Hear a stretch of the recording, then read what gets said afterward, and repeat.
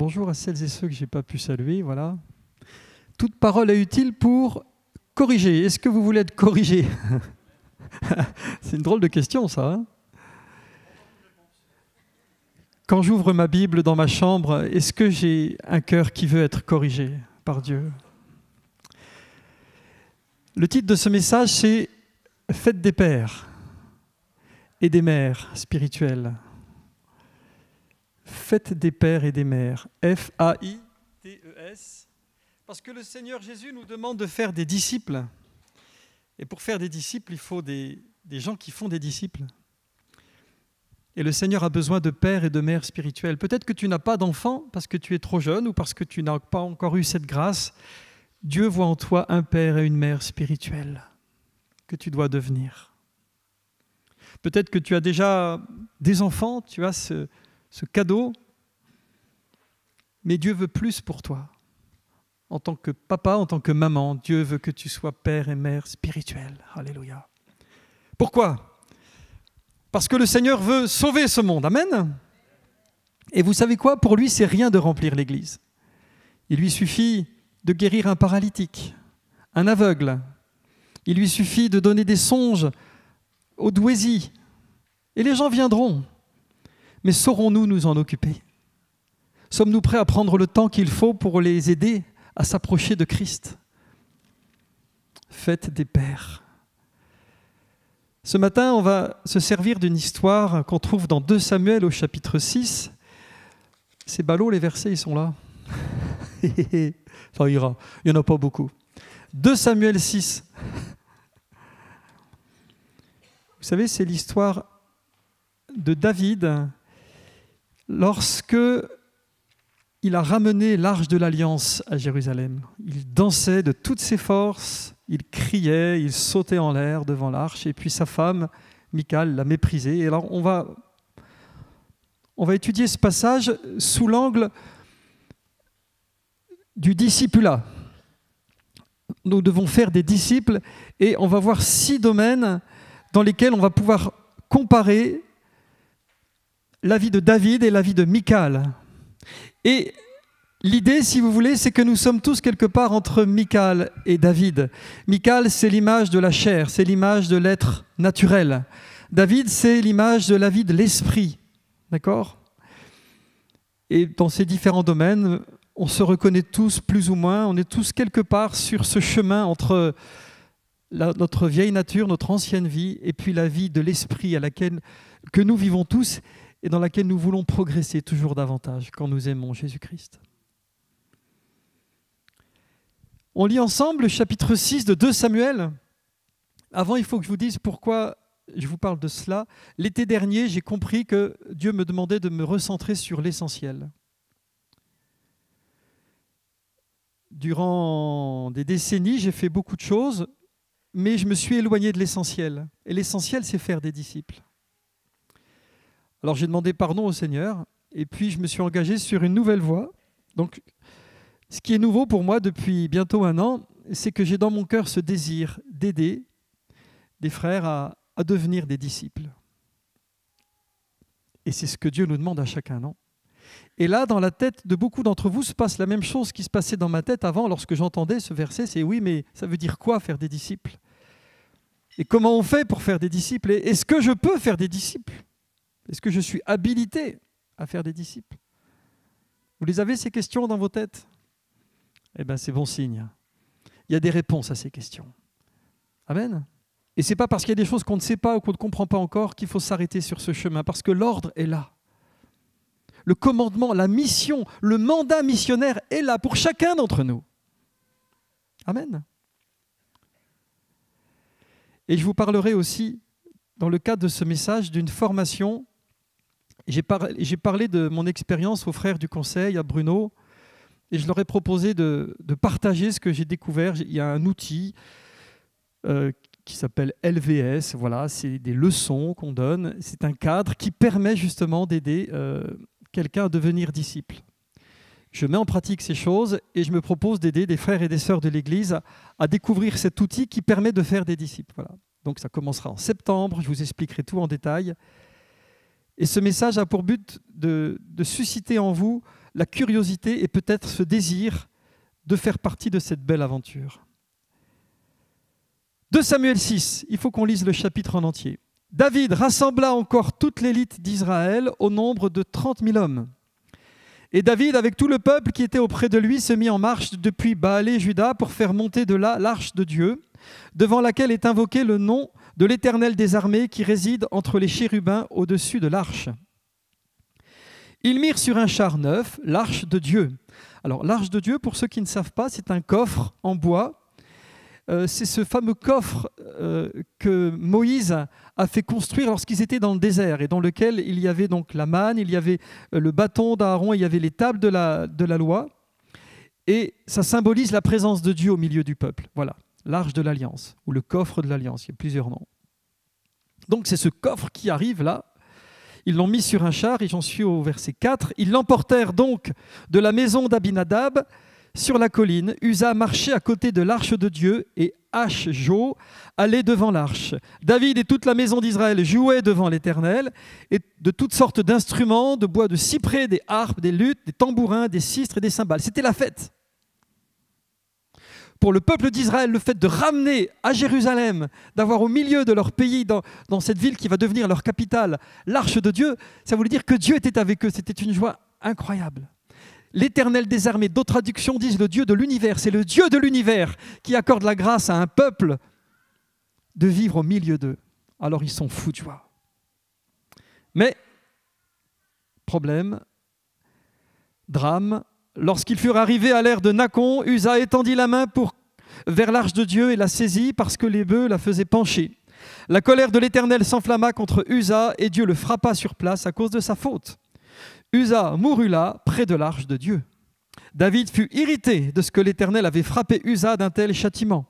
Et ce lieu a été appelé jusqu'à ce jour Péretz Uza. David eut peur de l'Éternel en ce jour-là et il dit « Mais comment l'arche de l'Éternel entrerait-elle chez moi ?» Il ne voulut pas retirer l'arche de l'Éternel chez lui, dans la cité de David, et il la fit conduire dans la maison d'Obed-Édom de Gath. L'arche de l'Éternel resta 3 mois dans la maison d'Obed-Édom de Gath, et l'Éternel bénit Obed-Édom et toute sa maison. Ce qu'il faut comprendre, c'est que Uza est mort par la négligence de David et de ceux qui s'occupaient de cela, parce que l'arche devait être portée par les Lévites. D'accord ? Et si vous lisez 1 Chronique 15, vous verrez que David a compris qu'il s'y était mal pris, qu'il n'avait pas fait les choses selon l'ordre de l'Éternel. Et une fois qu'il a compris ça, et une fois qu'il a compris que Dieu veut bénir, parce qu'il a béni cette maison de cet homme, Obed-Édom, alors il va faire revenir l'arche, mais cette fois-ci en respectant scrupuleusement les règles établies par Dieu. Et c'est des Lévites, cette fois-ci, qui vont porter l'arche. D'accord ? Et on reprend la lecture à partir du verset 12, et là, tout va bien se passer, à peu près. On vint dire au roi David, l'Éternel a béni la maison d'Obed-Édom et tout ce qui est à lui, à cause de l'arche de Dieu. Et David se mit en route, et il fit monter l'arche de Dieu depuis la maison d'Obed-Édom jusqu'à la cité de David, au milieu des réjouissances. Et là, c'est la fête. Quand ceux qui portaient l'arche de l'Éternel eurent fait 6 pas, on sacrifia un bœuf et un veau gras. David dansait de toute sa force devant l'Éternel. Et il était ceint d'un éphod de lin. C'est-à-dire que ce n'est pas qu'il se prenait pour un prêtre. Les Lévites étaient habillés avec des éphods de lin. Mais d'après ce que j'ai lu, j'ai compris qu'il ressemblait à des prêtres. Il avait pris à peu près la même tenue que les prêtres. Mais loin de lui l'idée de se prendre pour un Lévite, évidemment. David et toute la maison d'Israël firent monter l'arche de l'Éternel avec des cris de joie et au son des trompettes. Et comme l'arche de l'Éternel entrait dans la cité de David, Michal, fille de Saül, qui est une de ses femmes, regardait par la fenêtre et voyait le roi David sauter et danser devant l'Éternel. Elle le méprisa dans son cœur. On va revenir à Michal tout à l'heure. Après qu'on eut amené l'arche de l'Éternel, on l'a mis à sa place au milieu de la tente que David avait dressée pour elle. Et David offrit devant l'Éternel des holocaustes et des sacrifices d'action de grâce. Quand David eut achevé d'offrir les holocaustes et les sacrifices d'action de grâce, il bénit le peuple au nom de l'Éternel des armées. Puis il distribua à tout le peuple, à toute la multitude d'Israël, hommes et femmes, à chacun un pain, une portion de viande et un gâteau de raisin. Et tout le peuple s'en alla, chacun dans sa maison. David s'en retourna pour bénir sa maison, et Michal, fille de Saül, sortit à sa rencontre. Elle dit, Quel honneur aujourd'hui pour le roi d'Israël de s'être découvert aux yeux des servantes de ses serviteurs, comme se découvrirait un homme de rien. Il a été fâché. David répondit à Michal, c'est devant l'Éternel qui m'a choisi de préférence à ton père et à toute sa maison pour m'établir chef sur le peuple de l'Éternel, sur Israël. C'est devant l'Éternel que j'ai dansé. Je veux paraître encore plus vil que cela et m'abaisser à mes propres yeux. Néanmoins, je serai en honneur auprès des servantes dont tu parles. Or Michal, fille de Saül, n'eut point d'enfant jusqu'au jour de sa mort. Merci Père éternel, je te demande de parler à travers moi, à moi et à chacun d'entre nous. On est tous là devant toi, attentifs, concentrés pour comprendre ce que tu veux nous dire, recevoir ce que tu as pour chacun. Merci Seigneur. J'invoque le nom de Jésus pour que rien ni personne ne vienne distraire celles et ceux qui veulent entendre ta voix ce matin. Merci mon Dieu. Amen. Gloire à Dieu. Alléluia. Donc ce passage, on va l'étudier ensemble, d'accord ? Sous cet angle, qu'est-ce que c'est qu'être disciple, d'accord ? David veut la bénédiction dans sa vie. La première chose qu'on voit, c'est que David a le désir de faire rentrer l'arche chez lui, d'accord ? Dans sa ville. Il a dressé une tente et à un moment il dit, mais comment je vais faire ? Je ne peux pas prendre l'arche de Dieu chez moi. Le disciple de Jésus-Christ a décidé de faire venir dans sa vie Jésus-Christ. Amen. Qu'il soit au centre de sa vie. Et tous les choix qu'il fait se font en fonction de la volonté de Dieu. Amen. Voilà une des définitions de ce qu'est un disciple. David, lorsqu'il a vu que la maison d'Obed-Édom était bénie, il s'est dit, bah alors ça, c'est formidable. Ça veut dire que Dieu, il était en colère, il a tué Uza, mais sa volonté de bénir est toujours là. Son amour pour le peuple est toujours là. Alors, je veux que l'arche vienne chez moi, parce que moi aussi, je veux la bénédiction chez moi. Est-ce que quelqu'un dans cette salle ce matin n'a encore pas pris la décision de faire venir Jésus-Christ dans sa vie ? Pas pour qu'il soit un élément du décor, mais pour qu'il en soit le centre. Amen. Le centre. Est-ce que Jésus est au centre de ta vie ? Est-ce que c'est lui qui guide tes choix ? Alléluia. Est-ce que c'est lui qui trône dans toutes les pièces de ta maison, dans toutes les parties de ton cœur ? David avait ça. Il voulait retrouver la face de Dieu. Vous avez vu, comme moi, il était irrité, il était en colère après Dieu. Pourquoi ? Parce que Uza, c'était pas juste qu'il meure. Il a juste voulu éviter que le coffre tombe. À nos propres yeux, on se dit, mais c'est pas normal. Et aux yeux de David, c'est pareil. Il était fâché, il était irrité contre Dieu. Il a dit, mais comment ça se fait que Uza est mort ? Il cherchait à bien faire. Mais Dieu a ses raisons. Dieu voulait que le peuple apprenne qu'on ne rigole pas, on ne transige pas. On doit respecter tout ce qui est établi concernant les choses de Dieu, et particulièrement la présence de Dieu. Voilà. Dieu voulait susciter la crainte. David était irrité, mais on s'aperçoit qu'il ne va pas garder cette irritation dans son cœur. Et c'est ça qui est important, frères et sœurs. Quand tu as de l'irritation dans ton cœur vis-à-vis de Dieu, parce que si ça arrive à David, ça peut arriver à chacun d'entre nous. Comment est-ce que tu réagis ? David n'a pas supporté d'être éloigné de Dieu, parce qu'il avait l'habitude d'être devant Dieu. Amen. On le voit dans ses psaumes. Il cherchait la faveur de Dieu, il disait « Je cherche ta face ». Dans le psaume 51, il dira « Ne me rejette pas loin de ta face ». Pour lui, c'était précieux de se tenir devant Dieu. Et là, il y avait comme un nuage entre lui et Dieu. Parce qu'il avait de la colère contre Dieu. Mais il ne l'a pas gardée. Amen. Si tu as de la colère contre Dieu et contre qui que ce soit, ne la garde pas. Michal, elle a gardé sa colère. Elle était en colère contre son mari parce qu'elle s'est dit, mais il s'humilie là, il fait le vaurien, il danse comme un malade aux yeux des servants, des servantes. Elle était vexée, elle était humiliée par l'attitude de son mari, d'accord ?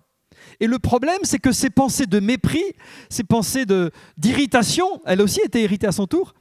Au lieu de pardonner à son mari en disant, bah oui, il est comme ça, c'est David, il est devant son Dieu. Non, elle a gardé son amertume. Elle a gardé sa révolte et moralité. Dès qu'elle a eu l'occasion, elle a même été à la rencontre de son mari pour lui dire tout le bien qu'elle pensait de lui. Et c'est des paroles de malédiction, d'amertume qui sont sorties de sa bouche parce que son cœur était plein d'amertume. Vous voyez déjà la différence qu'on voit très nette entre Michal et David. David a un obstacle qui l'a séparé de Dieu, il ne le supporte pas. Et il choisit la bénédiction et il quitte l'irritation. Michal est irritée aussi, mais elle garde l'irritation dans son cœur.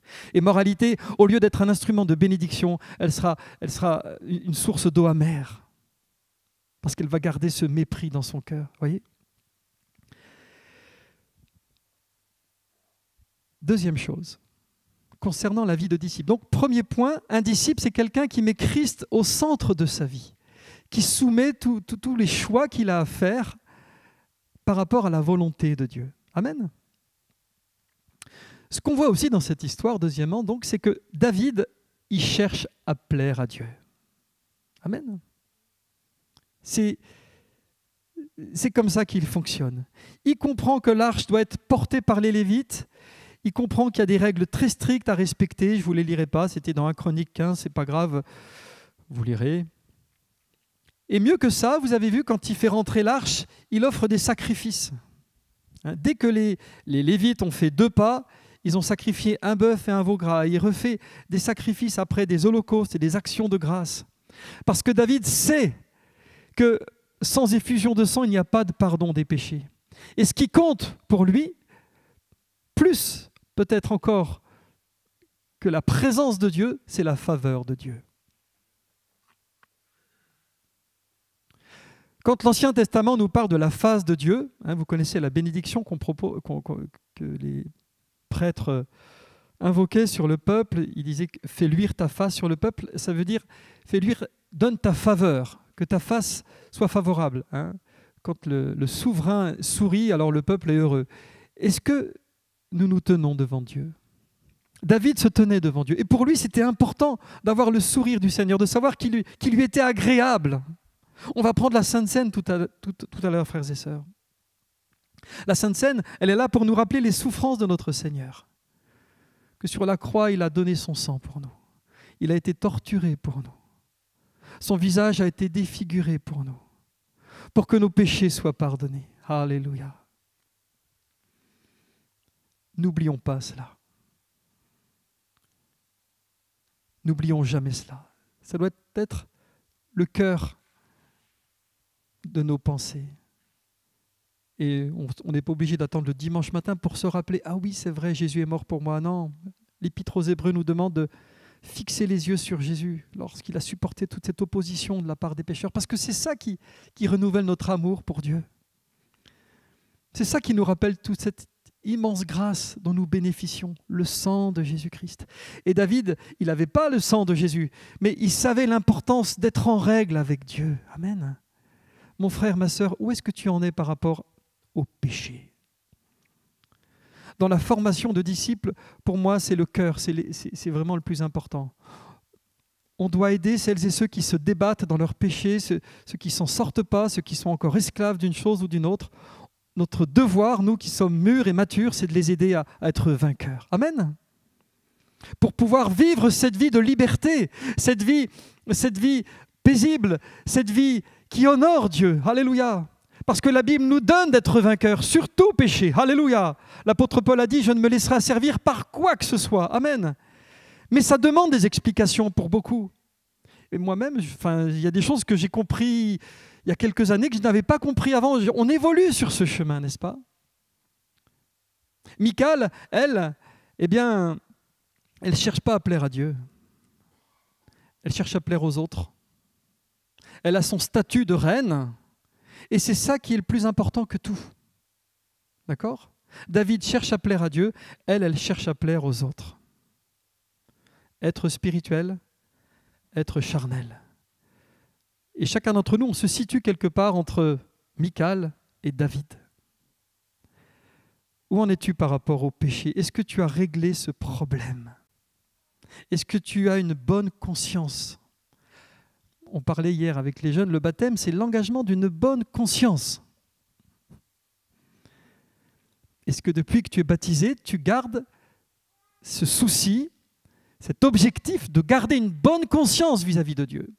Si tu ne peux pas répondre oui à cette question, alors il est grand temps que tu te repentes, mon frère, ma sœur.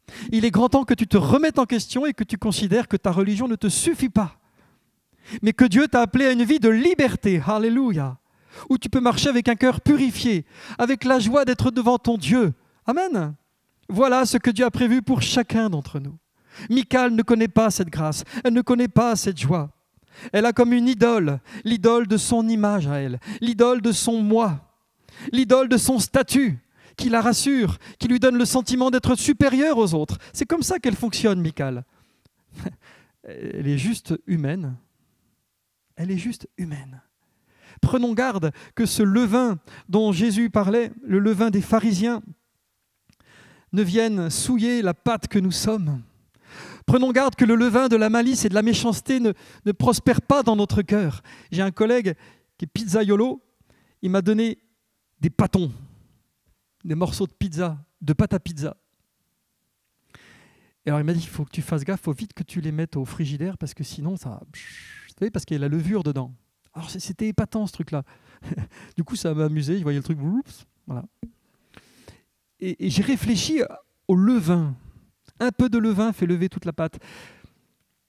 Le levain des pharisiens, c'est l'hypocrisie. C'est quand, pour nous, ce qui compte avant tout, c'est ce que les autres vont penser. Je chante, j'adore, je prie, mais ce qui compte, c'est ce que mes frères et sœurs vont penser de moi, en fonction de ce que je dis, en fonction de l'attitude que j'ai.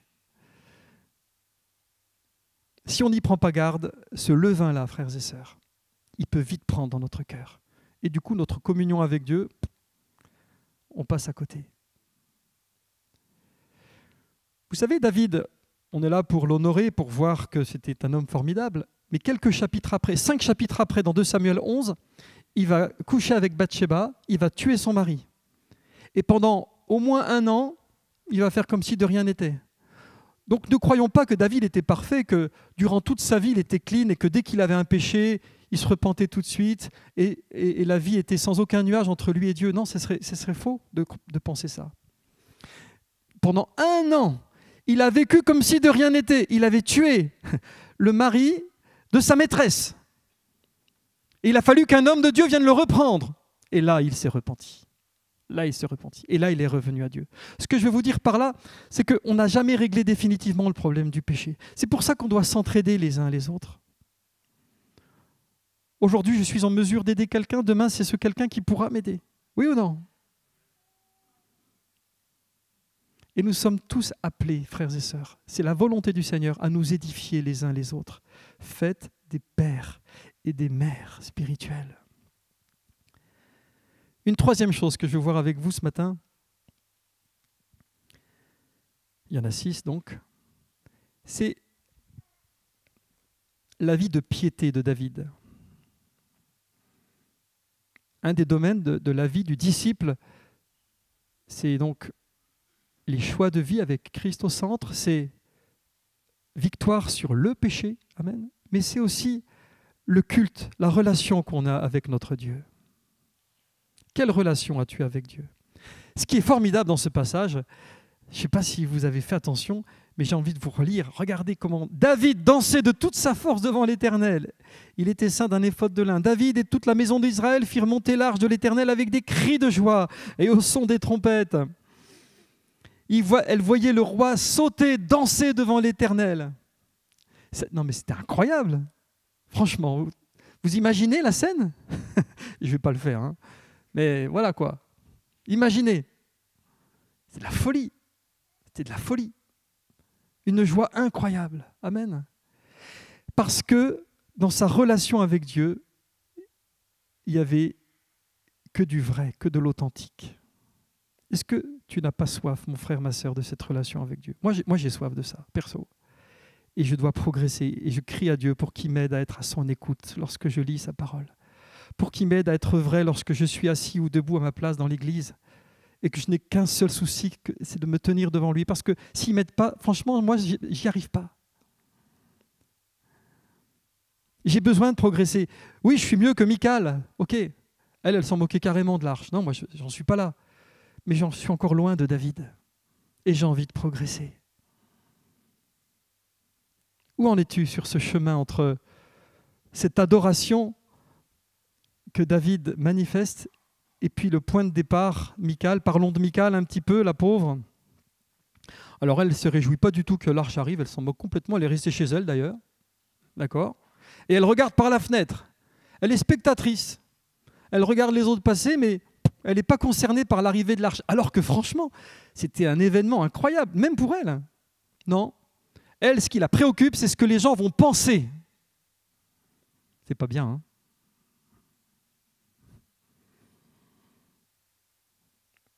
Est-ce que tu es spectateur des cultes qu'on passe ici? Est-ce que tu es spectateur de la Sainte Seine tout en passant là devant, en prenant le pain et le vin? Dieu m'appelle à avoir une relation authentique avec lui. Et ce n'est pas facile. Ça prend du temps. Il y a des choses à comprendre.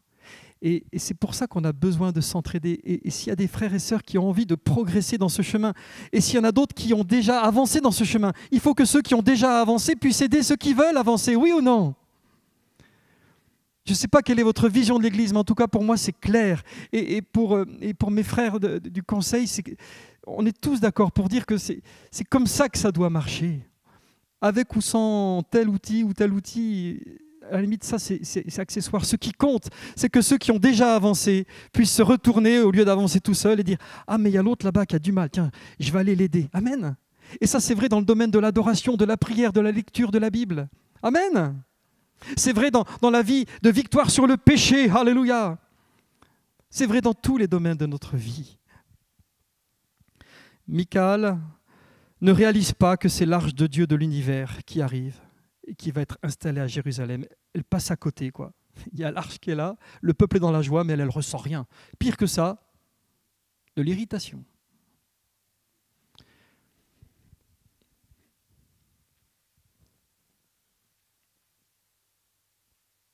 Est-ce que c'est facile de lire la Bible?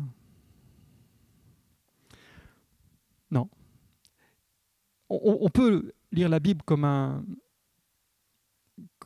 rite, n'est-ce pas? On sait que c'est important, donc on le fait, mais au bout d'un moment, on tombe en panne, puis on arrête. Je crois que pour lire la Bible d'une manière efficace, utile pour notre transformation intérieure, il faut qu'on en ressente le besoin. D'accord? Qu'est-ce qui fait que j'ai envie de lire la Bible et que j'ai envie de la lire sérieusement, en m'efforçant d'entendre et d'écouter ce que Dieu veut me dire? C'est parce que je sais que j'en ai besoin. Parce que le nouveau Damien, l'être nouveau, il a besoin de cette nourriture. Amen. Pour résister au péché, pour rester devant Dieu d'une manière authentique, pour grandir dans mon amour des âmes, pour tout ça, pour mieux connaître l'amour de Christ. J'ai besoin de ça. J'en ai soif, j'en ai faim, et je sais que je vais le trouver dans la Bible. C'est pour ça que je le fais tant bien que mal, mais je le fais. Amen. Donc, ce qui te manque, mon frère, ma sœur, si tu as décroché avec la lecture de la Bible, tu as besoin de revenir avant toute chose à pourquoi est-ce que c'est important de lire la Bible. Amen. Et c'est kiff-kiff pour la prière. C'est pareil. C'est peut-être l'occasion pour toi ce matin de faire le point. Où j'en suis? Amen. Et toi qui as déjà avancé dans ce domaine, toi qui as déjà compris des choses, toi qui es victorieux dans l'adoration, dans la prière, dans la lecture de la Bible, tu as autour de toi des frères et des sœurs qui ont besoin de toi. Amen. Ça, c'était le troisième point. Quatrième point. Qu'est-ce qui se passe quand on est devant Dieu et quand on adore Dieu? On se laisse remplir de l'amour de Dieu. Et automatiquement, l'envie de bénir, elle vient. L'amour, il vient pour les autres. Et c'est ce qui s'est passé pour David. Il a eu envie de bénir. Après qu'on lui a amené l'arche de l'Éternel, on l'a mis à sa place au milieu de la tente que David avait dressée pour elle. David offrit devant l'Éternel des holocaustes et des sacrifices d'action de grâce. Et les sacrifices d'action de grâce, c'est le seul sacrifice dont ceux qui venaient chercher, offrir les sacrifices, pouvaient garder une partie de la nourriture. Hein, admettons, ils apportaient, je ne sais pas moi, un bœuf, et ben ils avaient le droit de garder une cuisse ou une aile, je ne sais pas. Non.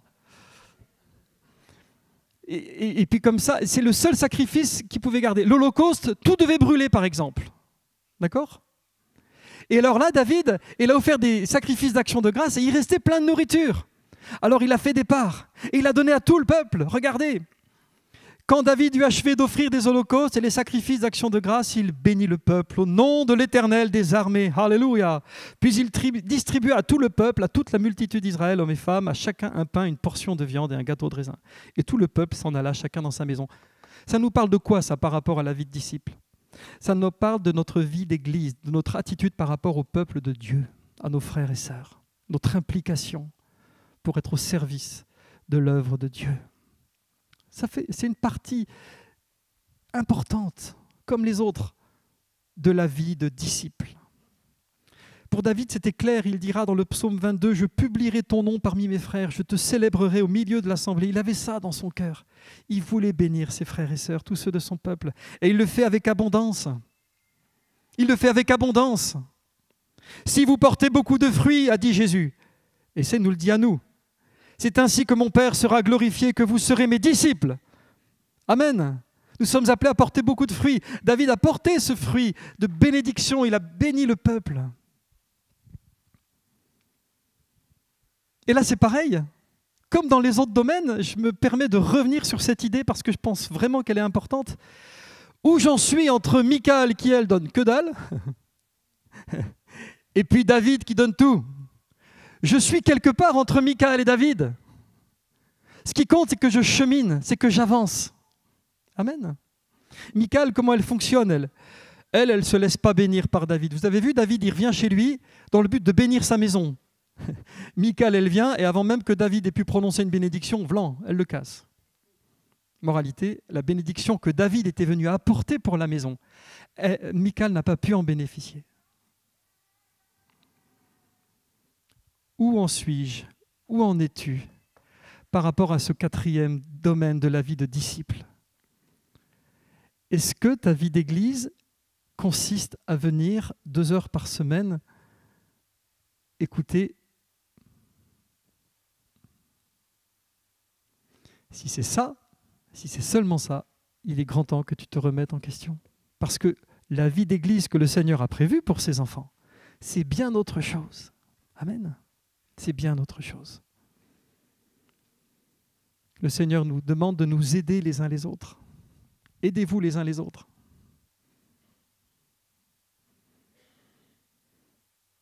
Amen. On a tous à progresser. J'ai à progresser dans ce domaine. On aura toujours à progresser. De toute façon, c'est pas compliqué. On aura toujours une marge de manœuvre. Parce que notre modèle, c'est Jésus-Christ. Alors voilà. Mais une fois qu'on a dit ça, ce qui compte, c'est d'avancer, frères et sœurs. C'est d'être en chemin. Amen. Et si tu t'es arrêté sur ce chemin en disant, oh, de toute façon, moi, l'Église, avec toutes les déceptions que j'ai eues, avec les crève-cœurs, avec toutes les choses qui vont pas, je préfère, voilà, je mène ma vie, je viens régulièrement parce que je sais que c'est important de venir, voilà, mais le reste, il ne faut pas me demander quoi que ce soit. Il y a un problème, il y a un problème. Michal, David, tu es où entre Michal et David? 5e point. 5e point. Un point important dans la vie des disciples que nous sommes, c'est l'identité. Qui nous sommes en Christ. Pour David, c'était clair. Vous avez vu, il va répondre à sa femme. Donc elle n'était pas contente, elle va lui dire, là, tu t'es découvert, machin. Et David, il va répondre au verset 21, « C'est devant l'Éternel qui m'a choisi de préférence à ton père et à toute sa maison pour m'établir chef sur le peuple de l'Éternel, sur Israël. C'est devant Dieu que j'ai dansé. » David sait qui il est pour Dieu. C'est une conviction, c'est plus qu'une croyance, c'est plus qu'une idée. Il est convaincu qu'il est dans le plan de Dieu. Dieu l'a choisi, Dieu l'a dirigé. Et vous savez, cette conviction, il a dû se la forger, parce que tout le temps qu'il était persécuté par Saül qui le poursuivait, il s'est retrouvé dans des moments de solitude extrême, dans des moments de souffrance. Et il devait se dire, mais est-ce que vraiment Dieu m'a appelé à être roi? Est-ce que vraiment c'est le plan de Dieu? Il a dû en douter. Parce que ce n'est pas si facile que ça d'être sûr de qui nous sommes en Christ. Et quand on est en forme spirituellement, on est bien gonflé parce que voilà, il y a des choses qui nous encouragent, ça va. Mais quand ça ne se passe pas comme on veut, quand on souffre, quand Dieu ne répond pas à notre prière, on a l'impression que Dieu nous en veut, qu'il est fâché et on ne sait pas trop ce qu'on a fait. Et c'est la confusion, n'est-ce pas? Pour ne pas dire des fois la condamnation ou la culpabilité qui envahit le cœur et qui nous coupe de Dieu. C'est pourquoi il est important qu'on s'entraide les uns les autres pour s'assurer que nous avons tous cette assurance, cette foi dans qui nous sommes en Christ. David savait qui il était pour Dieu. Il savait qu'il avait été choisi. Il savait qu'il était aimé de Dieu. Alléluia. Amen. Et c'était vraiment ça qui l'a tenu. C'était vraiment ça qui était important pour lui. Amen. Il sait qu'il a la faveur du Seigneur. Alléluia. Michal, elle, son identité, c'est son identité charnelle. C'est son parcours. Or David, en une phrase, il lui dit, voilà, toi tu es la fille de Saül. Saül a perdu la royauté. Voilà.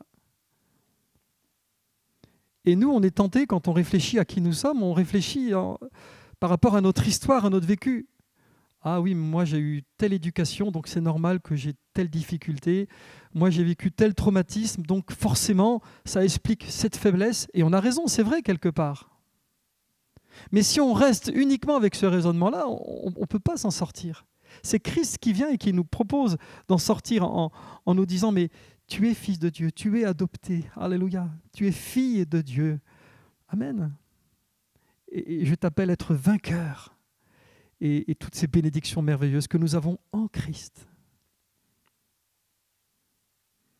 Où en suis-je aujourd'hui? Où en es-tu par rapport à ton identité en Christ? Est-ce que tu es comme Michal, à te baser uniquement sur ce que tu ressens, sur ce que tu as vécu, sur ton histoire qui explique tes souffrances et tes difficultés? Ou est-ce que tu es comme David? Oui, j'ai vécu des difficultés, oui, j'ai souffert, mais je sais que ce que Dieu a fait pour moi. Je sais que je suis assis dans les lieux célestes en Jésus-Christ. Je sais que je puis tout par celui qui me fortifie. Je sais que Jésus-Christ est le oui à toutes les promesses de Dieu et que ce Jésus-Christ est mon ami. Alléluia. Amen. Cette foi-là que David avait, il te la faut, mon frère. Il te la faut, ma sœur. Et si tu as du mal, dis « Help, aidez-moi. J'ai besoin qu'on m'aide. » Et il se trouvera parmi nous des frères et des sœurs qui, eux, sont déjà comme David, ou pas loin, ou peut-être mieux, j'en sais rien, et qui pourront t'aider. Amen. Faites des pères, faites des mères spirituelles. Nous devons nous entraîner les uns les autres. Alléluia.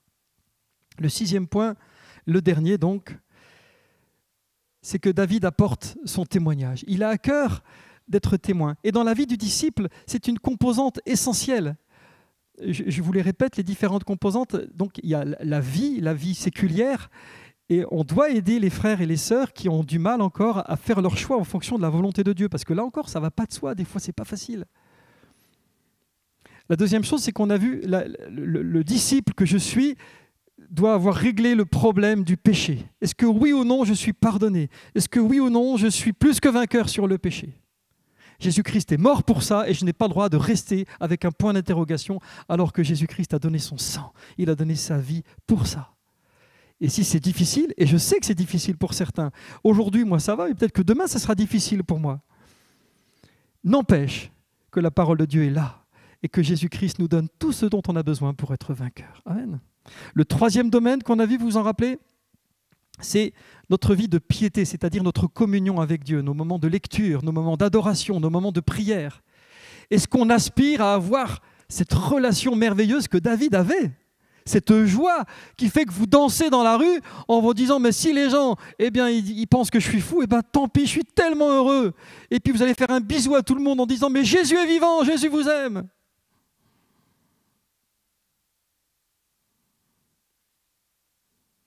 Est-ce qu'on veut avoir cette relation authentique avec Dieu?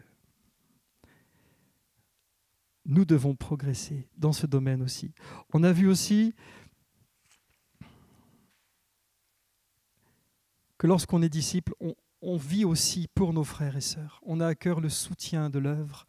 On a à cœur de s'entraider les uns les autres, de faire connaissance les uns des autres, d'écouter nos histoires les uns des autres et de prendre du temps pour qu'on puisse mieux se connaître. Ça se fait déjà, hein, ça se fait déjà. Il y a le groupe d'hommes, le groupe de femmes, les groupes de maison, les groupes, quoi.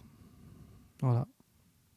Alléluia, c'est glorieux ça. Hein. Si tu ne fais pas partie d'un groupe, rejoins un groupe. Parce que ça sert à ça, qu'on puisse vivre la fraternité, amen, qu'on puisse partager nos sujets de prière, etc., etc. C'est vraiment glorieux. 5e, notre identité en Christ, amen. Et enfin, donc le dernier, c'est le témoignage. Parce que nous sommes appelés à être des témoins. Je ne vous l'apprends pas. Mais là encore, ce n'est pas facile. Je sais que je dois témoigner, mais j'ai peur. J'ai peur de quoi? J'ai peur de ne pas être compris, j'ai peur de ne pas savoir répondre, j'ai peur qu'on me prenne pour un idiot, j'ai peur d'être rejeté, j'ai peur d'être moqué, j'ai peur d'être tué, j'ai peur d'être... Elles sont là, ces peurs. Parce qu'automatiquement, en tant que chrétien, quand on apporte notre témoignage, on est rejeté par ce monde. Ceux qui veulent vivre pieusement en Jésus-Christ sont persécutés, nous a rappelé Jean-Marie. Et c'est vrai que ça fait peur. On n'a pas envie d'être rejeté, on n'a pas envie d'être mis de côté. Et pourtant, c'est ce que le Seigneur nous demande. Il nous demande de le suivre sur ce chemin-là. Voilà. Alors où j'en suis? Est-ce que je suis comme Michal, qui, elle, ne se souciait pas des autres, mais uniquement d'elle? Ou est-ce que je suis comme David, qui a à cœur d'être honoré par les servantes de ses serviteurs? Dans le cœur de David, lui, il n'y a pas de hiérarchie entre les gens.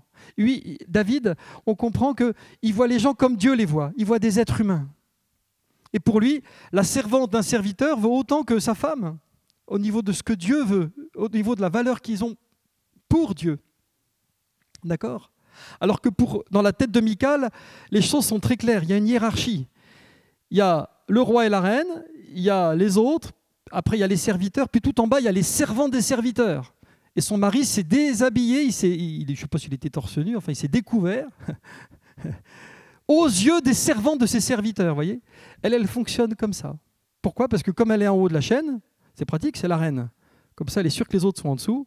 Et en tant qu'être humain normalement constitué, elle a besoin d'être rassurée en sachant que voilà, elle est mieux que les autres. Mais ça, c'est la chair. Ça, c'est la chair. L'être spirituel, il est rempli de l'amour de Dieu. Est-ce que je dois grandir dans l'amour pour les âmes? Oui, je dois grandir. Est-ce que je prie pour ça? Oui, Seigneur, aie pitié de moi, que je puisse voir les gens comme toi tu les vois. Amen. L'amour de Christ nous presse, dit l'apôtre Paul dans 2 Corinthiens 5. Et juste après, il dit, nous ne connaissons pas les autres selon la chair. Est-ce que tu ressens ce besoin de connaître les gens comme Dieu les connaît, en sachant qu'ils sont perdus pour l'éternité, qu'ils vont souffrir s'ils ne rencontrent pas Jésus-Christ, s'ils ne sont pas pardonnés, en sachant qu'au-delà de leur méchanceté, de leur apparence, et de leurs bêtises et de leurs erreurs, il y a des cœurs qui souffrent et qui ont besoin de la grâce de Dieu. Est-ce que tu veux avoir ce regard-là? Parce que c'est comme ça que Dieu les voit. Amen. Et nous avons tous besoin d'avoir ce regard-là, oui ou non? Alors on a besoin de progresser. Que nous ne soyons pas des Michal qui pensent uniquement à l'image qu'on peut avoir et qui cataloguons les gens. Oh, lui, il est de cette couleur-là. Non, l'évangile, c'est pas pour lui. Oh, lui, il fait ça comme métier. Oh, ben, il se convertira jamais, ça ne sert à rien que je lui témoigne. Lui, oh, ben, non, il sent mauvais, je ne vais pas lui parler, etc. Non, mais on est comme ça. D'accord? Parce qu'on se base sur l'apparence. Et tant qu'on fonctionne comme ça, on ne peut pas être des vrais disciples, frères et sœurs. Est-ce que ce matin, tu veux demander pardon à Dieu? Est-ce que ce matin, tu veux dire, oui, Seigneur, moi, dans ce domaine-là, et peut-être dans d'autres, je veux évoluer, je veux avancer. L'enjeu est important, frères et sœurs. Moi, je vous parle d'une formation que je propose à l'Église à partir du mois de septembre. Mais on ne va pas attendre le mois de septembre. Et puis, je ne sais pas si c'est ce qui te correspond, j'en sais rien. Moi, ce que je veux, c'est partager ce que je vis parce que je crois que c'est la volonté de Dieu. Pour chaque chrétien, de faire des disciples. Amen. Alors concrètement, cette formation, vous venez me voir si vous voulez plus d'informations. On a le temps, hein, on a le temps. Mais l'idée, elle est là. C'est que j'ai cheminé déjà. Au niveau de ma communion avec Dieu, j'ai déjà compris des choses. Au niveau du péché, c'est bon, j'avance. Dans ce domaine-là, oui, c'est vrai que bon, c'est pas top, mais j'avance quand même. Bref, tu as déjà fait du chemin. Mais il y a des gens dans ton église autour de toi qui n'ont pas fait ce chemin encore et qui ont besoin d'aide. Et l'idée, c'est simplement, en fait, des disciples, c'est quoi? C'est les aider pour qu'eux-mêmes puissent avancer. Amen. Alors, si tu veux t'engager dans cette aventure, moi, je te propose de t'aider. Voilà. Ça durera 14 séances à partir de, je ne sais pas quand, en septembre. Ça sera le jeudi soir à 20h15. Voilà. Ça prend du temps. Mais si tu n'es pas prêt de prendre du temps pour ça, ne fais surtout pas parce que faire des disciples, ça prend du temps. Et s'occuper des uns des autres, ça prend du temps.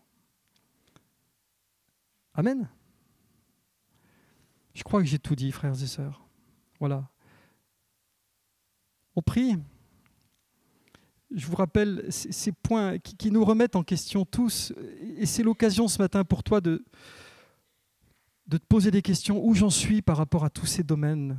Est-ce que je cherche la bénédiction de Dieu dans ma vie?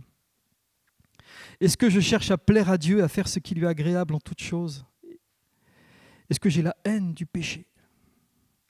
Est-ce que je cherche à avoir une relation vraiment authentique avec Dieu, sans hypocrisie, sans faux semblant, mais vraiment de cœur à cœur avec le Seigneur? Est-ce que je cherche à bénir mes frères et sœurs, l'Église? Cinquièmement, est-ce que je crois ce que je suis vraiment pour Dieu en Jésus-Christ? Et sixièmement, est-ce que j'arrive à voir les autres comme Dieu les voit et à dépasser toutes mes peurs qui font que finalement je ne témoigne pas? Seigneur, on est devant toi. Et Seigneur, c'est vrai, il n'y en a pas un d'entre nous sur cette terre qui peut cocher bon dans toutes ces cases et dire c'est bon, je suis arrivé. Parce que nous sommes tous en chemin. Quelque part entre Michal et David. Nous avons tous à progresser dans ces 6 domaines. Mais ce qui compte, mon Dieu, pour toi, je crois, c'est qu'on soit en route, qu'on soit en chemin. Et si quelqu'un s'est arrêté sur ce chemin, si quelqu'un s'est découragé devant la force du péché, devant les ruses de Satan, devant la pugnacité de sa chair, ne te décourage pas, mon frère, ne te décourage pas, ma sœur, tu n'es pas tout seul. Il y a des frères et des sœurs autour de toi qui peuvent t'aider. Il y a le Saint-Esprit, il y a Dieu avant toute chose qui veut t'aider. Et Dieu a prévu que nous nous aidions les uns les autres, que nous nous édifions les uns les autres. Amen.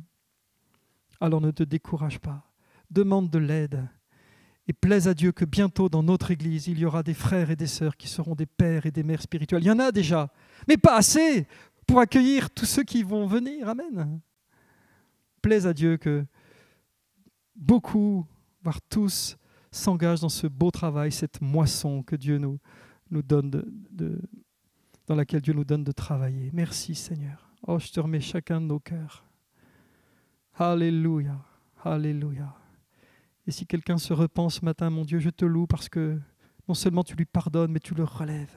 Tu ouvres ses yeux pour qu'il puisse voir ce chemin glorieux qui est devant lui. Je proclame que Satan est vaincu. Je proclame que le royaume de Dieu avance et que notre Église triomphe de tout obstacle. Je proclame que celles et ceux qui sont malheureux dans la culpabilité par l'esclavage de tel ou de tel péché, de tel ou tel vice, je proclame qu'ils sont libérés par Jésus-Christ. Alléluia, parce que tu es venu pour cela. Amen. Je proclame que nous devenons tous des êtres spirituels qui aspirons à la vie de l'Esprit. Merci, mon Dieu. Sois glorifié. Amen. Alléluia.